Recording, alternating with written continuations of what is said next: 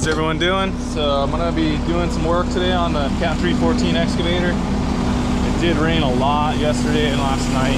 It's all muddy, but I'll show you guys what I'm up to today. So this road has a bunch of humps in it, and it's hard to work this area because of that. I mean, you can't find the level spot for the machine to sit.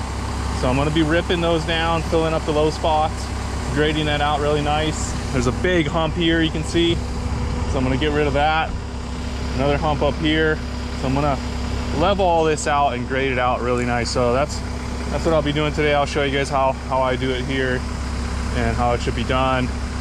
You want to use the material that you rip first and then get outside material. So always use the material that you have on hand. You can save a lot of money. You'll save the homeowner a lot of money. There's no reason to bring in material when you're going to take down the high spots and you can fill the low spots with the material that you rip. So that's what I'm going to do. I do have some rock that we piled up from another spot on a corner over there, so I might use some of that if I need it, but we'll see. I'll go from there. Dang, it rained a lot last night. You can see all the water coming off the excavator here. Quite a bit. It's pretty muddy. It's not ideal to work in, but I got to get some work done. And it is what it is. It's how it's got to get done. So I got to go grab my ripper. I'm going to rip these high spots. There's one here and a bunch on this road here. It's kind of a pain to work in this area because of that.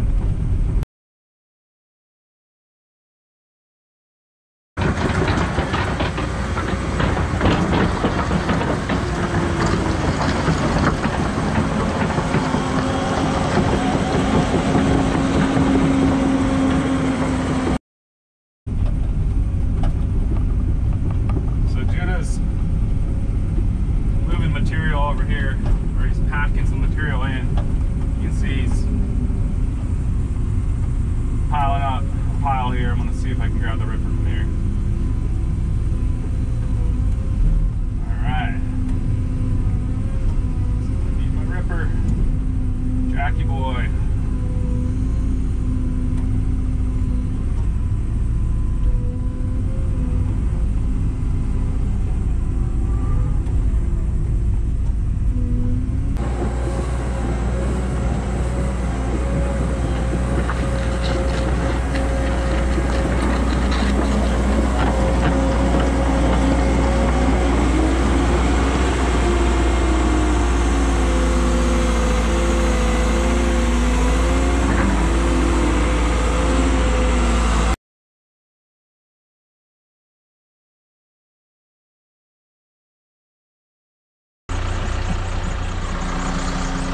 Alright, so I grabbed my ripper, start ripping this road here.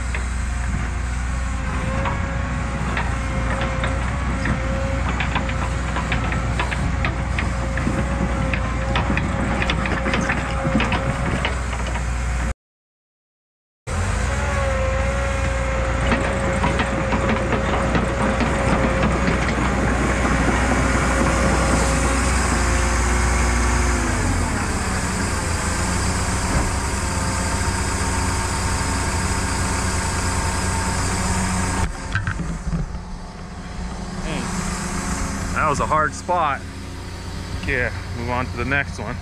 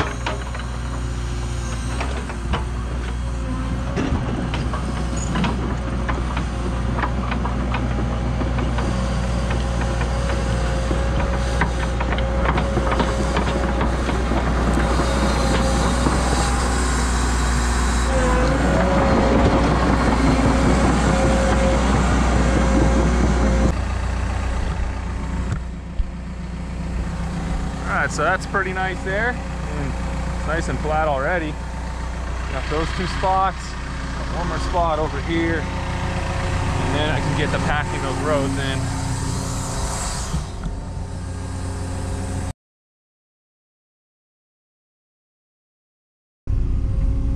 Just gonna take this spot down a little bit. I kind of want to leave a high spot here. So there's a stream coming down right there. I don't want it to jump this way. I mean, I'm a little nervous about that. If it jumps, it's going down the side of my property. It's not good. So it needs to go out.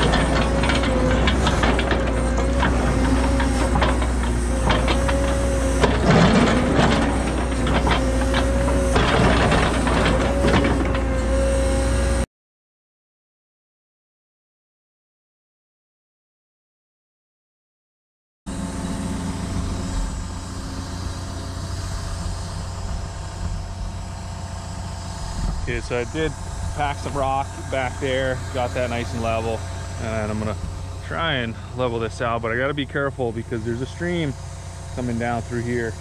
So you can see the low spot there. It's gonna come down that road, turn, come down here, and it's gonna shoot out here. So I gotta make sure it doesn't jump and go that way. That would not be good. So I gotta leave it kind of a high spot here and make sure, you know, it goes. So I'm gonna maybe build this up even a little bit just to protect it a little more.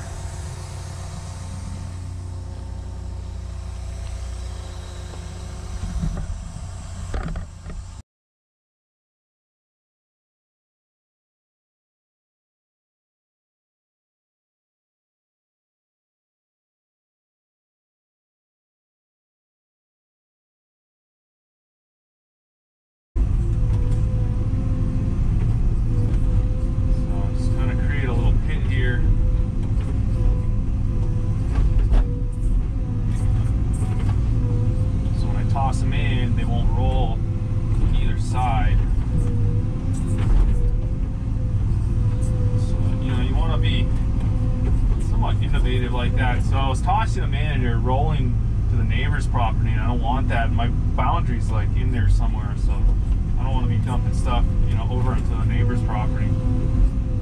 So I'm just gonna create this little pit in here. There we go. That's perfect. And then I'm gonna dump it right in there. So yeah, I mean, just little things like that, you know. I mean,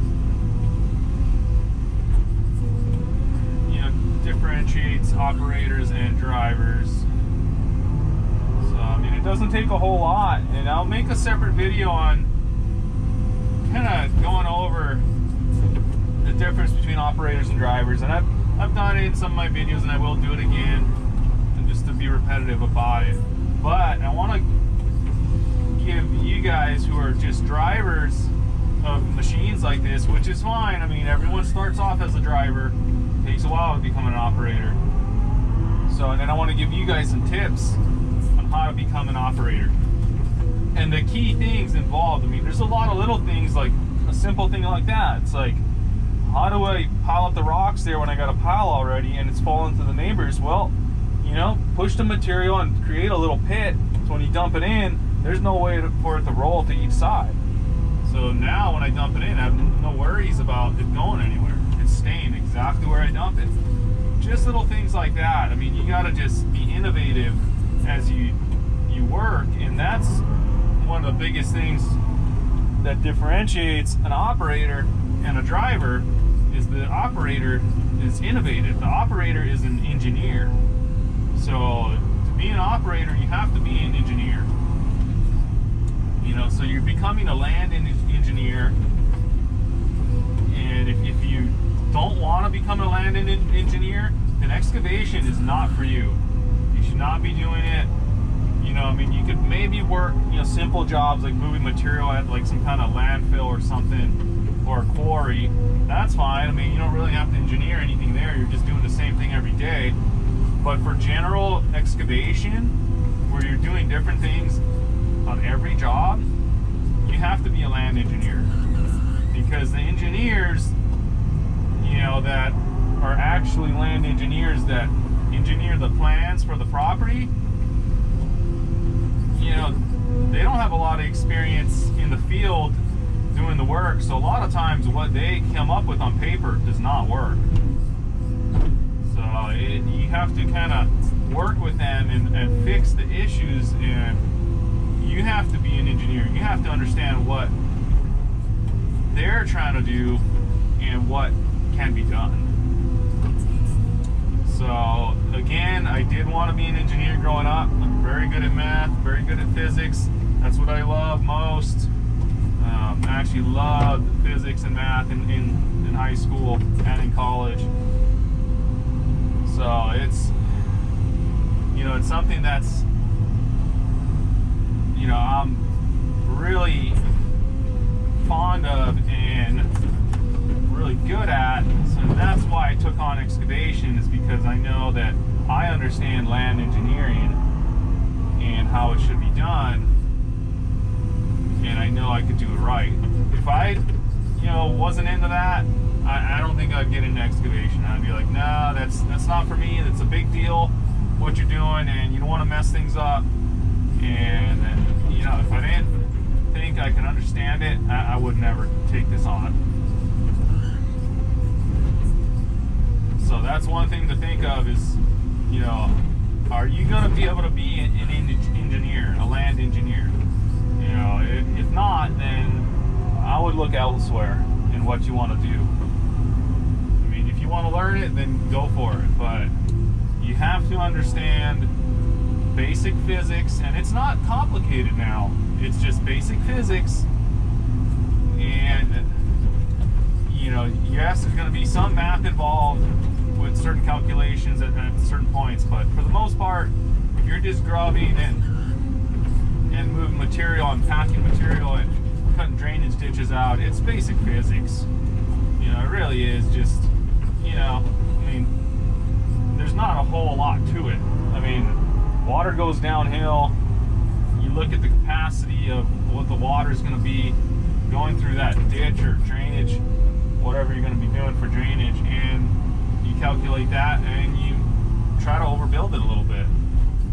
You know, you want to overbuild it for that 50-year, 100-year flood that's going to come one day, and you don't want it to fail at that point. I've seen a lot of things fail here because they don't engineer it for that type of flood, and that's why, you know, a lot of people are like, whoa, why are you making your drainage ditches and stuff so big and you're doing so much with your drainage? It's like, well, I've seen the 100-year flood come through here, and it's scary. You know, it's a big deal. So this is not a normal zone. You know, if it was not in a flood zone here, I wouldn't be overbuilding the drainage as I'm doing.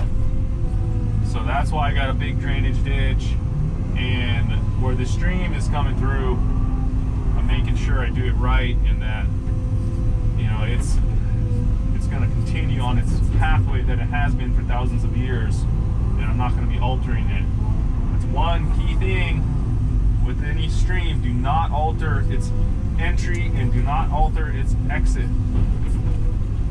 You can alter in between, which takes a lot of work. I don't recommend it, but do not ever alter its exit or its entry. You know, the exit especially, because that will affect the other property that it's going into. You know, you never want to divert it to another spot and have it shoot out, and it's like, what, you know, you're gonna have all kinds of issues with that. So don't ever do that. It's something to really be aware of with streams, and that's what I'm doing here. Is I'm not diverting it at all. So I don't want to mess with it. It's found its path, and I want it to keep its path. I don't mind where it's going. I'm working around it.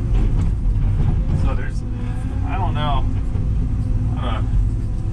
There's still this hump, and it kind of, what I was saying, it's the protection that I want. So I'm gonna have to just build up on the side of it.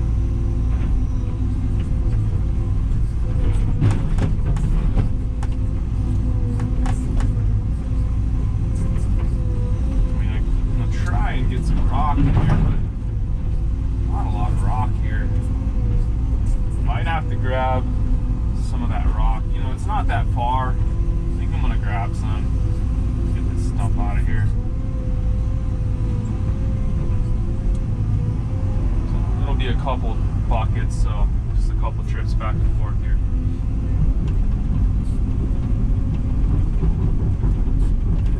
And I'll pack the road as I go.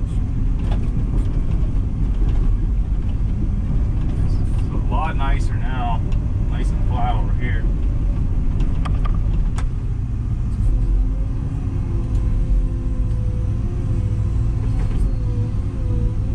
So see how we're using the material that we got from the property, picking rocks in the spots that I'm putting grass down, and I'm using it.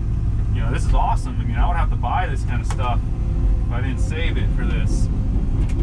So you want to be smart about excavation. You want to help out the landowner as much as you can. You know, it'll get you future jobs. You know, it's about helping a community. You know what you're doing, and you create a good business along the way. I mean, this kind of business is word of mouth. So if you help the landowners save money by using the material that's there, you know, they're gonna really refer you to other clients. So that's good. That's what you want. Alright, so probably one more scoop for this area and it'll be good.